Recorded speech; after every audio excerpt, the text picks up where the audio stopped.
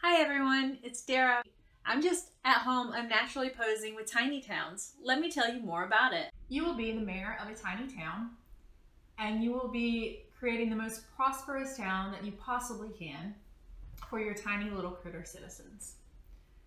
During each round, whoever has the Master Architect token is going to choose one of five resources. Then that player and every other player has to take that resource and place it somewhere in their 4x4 town.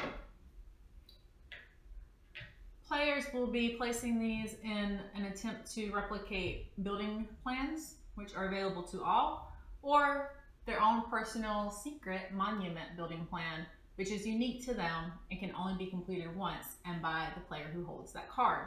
These patterns can be rotated, flipped, or mirrored. Once you have completed one of the patterns, you may turn in all of those resources in exchange for the corresponding building type. And then that building type has to be placed in one of the squares that previously held the resources you used to pay for it. Play continues until no one can place any more resources or buildings in their town. At the end of the game, you're going to use your handy dandy score sheet to tally up the victory points for each town and subtract victory points for any squares within your town that are empty. If you're a fan of roll and write games such as Welcome to, or games that feature placing polyomino shapes such as Patchwork, then I think this game is going to have a lot of appeal for you. It's great in that it remains in that category of very approachable family games, but has enough strategic depth and complexity to keep people engaged even if this isn't the first game they played, so to speak.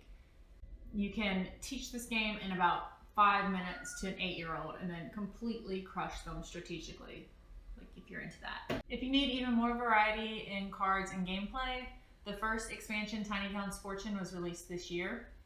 The expansion adds even more cards, and it adds a new mechanic where you're using coins to manipulate the resources that are available.